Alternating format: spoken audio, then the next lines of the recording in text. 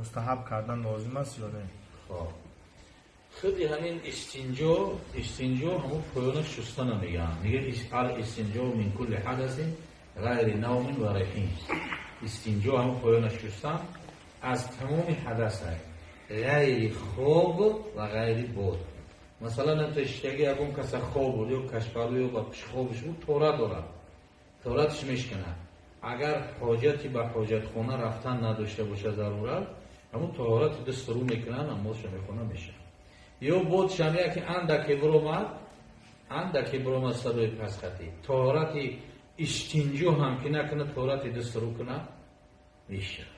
غیر خواب و غیر بود در همین دو تا استنجا نکنه میشه، در باقی موندهش استنجا میکنه. یعنی استنجا سه قسم است. اگر شما میره فرق کنید حالتی هست که ششتن فرض است. در حالتی که مثلا همون از خودش خارج میکنه چیره و آلودگی همون از دیدن شرعی زیاد میشه. مثلا از همین 20 تینه و 15 تینه زیاد میشه آلودگی همون. در این صورت ششتن همون پایان فرض است. اگر نشون نه طهارت نماز درست نمیشه. دویم حالتی که فرض نیست مثلا چی هست که سنت هست. مثلا باول میکنه خچه قاق میکنه بعد همون باول کردن با اوقات ششتنش خوبه مستحبه. انا در صورت سیمش خوابش بره یا بودش بروید در این صورت هم طهارت دستور میکنه. یا از یکانجاش خون اومد یا زرداب اومد از بدنش اومد در این صورت هم طهارتش میشکنه و دستور میکنه. یا محسیش مدت محسیش گذشت در این صورت هم طهارت میکنه و دستور میکنه و طهارت دیگه ششتن حاجت نیست. عموما بعضی ها میگویند که پیشاب کنی یا بود شکند میتوانی مستحب نکنی. همه رو شرط میدیم. بود گفتیم ولی که غیر نوم و ریحین غیر خواب و غیر بود در باقی موندهش مستحب دیگه. مثلا باولانی که خودش خوبم که خواب کنه ششتن همو خوبه. در صحیح بخاری حدیث حذیفه یمانی اومدگی است که پیامبر صلی الله علیه و سلم وقتی که طهارت کرد امر کرد کلوخش آوردن. پیامبر صلی الله علیه و سلم باول کردن و کلوخشون خواب کردن و امر کرد آبش آورد شوشت همراه. یعنی شستن با پاکی و تازگی. اگر ضرورت باشه که مثلا در یک یخبندی در جنگل و بعضی همه جایی که کار میکنن یخبندی و مشکلاتی سخته در اونجا دیگه آب نیست که آب خنکه آبی خنک طهارت کنه کسل میشه. در اون صورت همون یکان مثلا که همون تازه میکردگی خوب باشه خوب قاق کنه تازه کنه کچه تیمم کنه نماز شب خانه بخصته تا که حلاق نشه و بیمار نشه فقط در ضرورت. السلام علیکم بابای حاجی. در سال نو نصرانی ها ارچه فروختن ممکن یا نه؟ بعضی آدم ها در خانه اش میمونند در سال نو نصرانی ها ارچه داری برو از گل زدین که همون یک جواب شنوتین که باید از این دیگه زیادتر به خانهاتون دیگه ارچه و یورکه و چیزو شد اگر این چیزوش دیگه ضرورت نداره.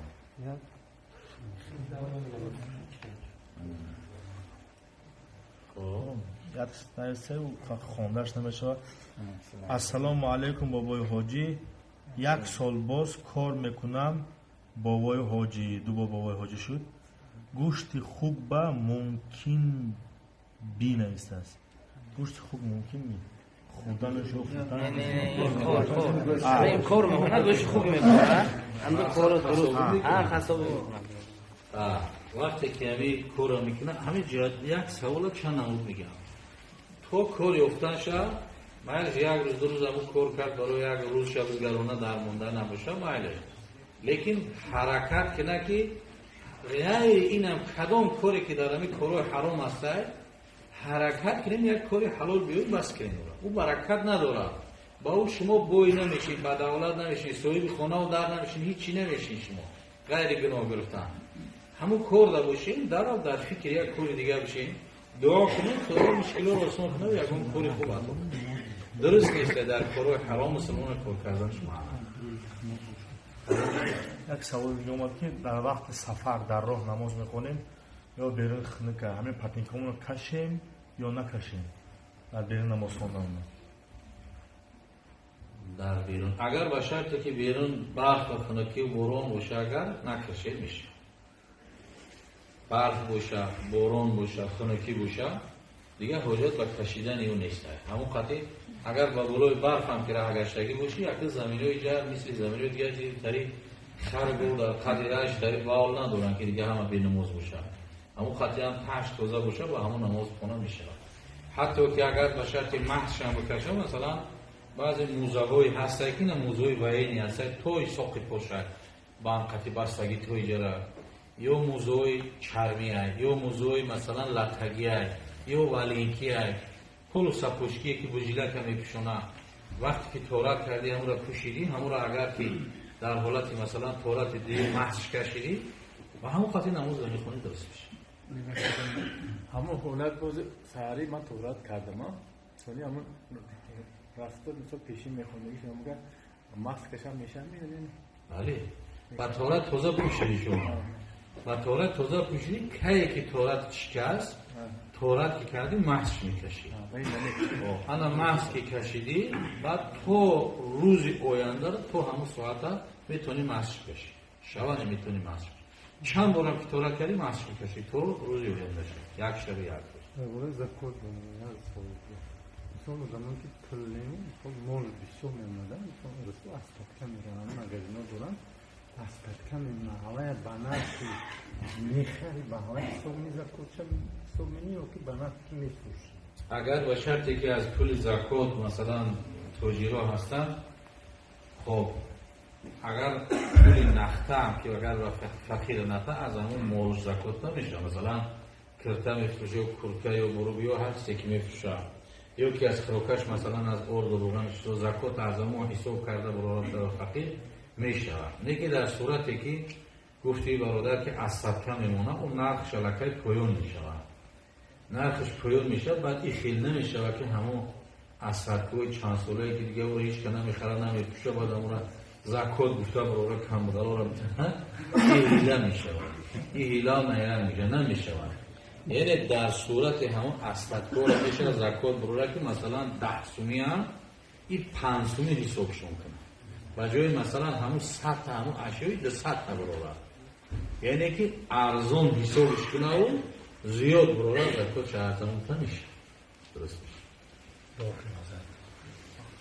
وقت خستان شیدم برادرانی که خدمت کردن برادرانی که وقت شما آمدن و بعضیشون در حق پدر و مادرشون دعا میکنن بعضیشون با پدر و مادرشون مریض است کسلا هستن و بعضیشون مادرشون پدرشون از دنیا گذشتگان اینجا با حاجی بابا است که فرزندشون از دنیا گذشتگان در حق همشون دعا کرد.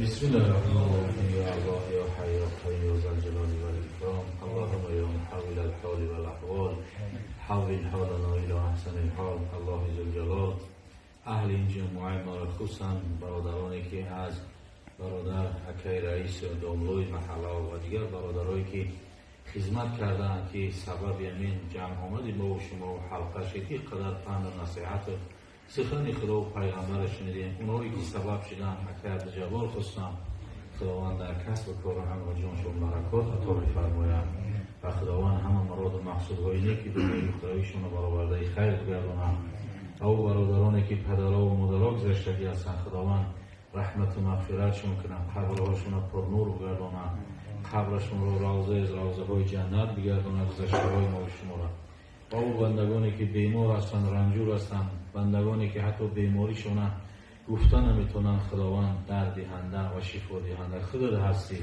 با لطف و کرم از خزانه غیبت و بیماری ها شفای کامل شفای عاجل پروردگار را عطا بفرمایید و او بندگانی که در سفر هستند خداوند سفرشون با غنیمت پرفیض با برکات بگردانید و او برادرانی که البته که زنها و فرزندها و پدر و مادرها که در وطن هستند خداوند با لطف و کرم و قدرت توانایی پدر و مادر زن فرزندای برادرها را در حفظ حمایت خودت نگهبان باشید توفیق هدایت نصیب و روزیشون بگردانید و الله ذوالجلال و بندگانی که قرضدار هستند راههای خلاصی از قرض خدا را نصیب و روزیشون بگردانید برادرایی که در محبس هستند خداوند با لطف و کرم و قدرت و توانایی راههای خلاصیشون از محبس نصیب و روزی بگردانید و الله ذوالجلال او بندگانی که در این مسجد خدمت کردند این مسجد آباد کردن، خدمت کرده ایستادن. خداوند خانه های دنیوی و اخرویشان آباد و زیبا بگردانید و الله ذوالجلال سرزمین تاجیکستان عزیز ما و شما را پر فیض و برکات بگرداند،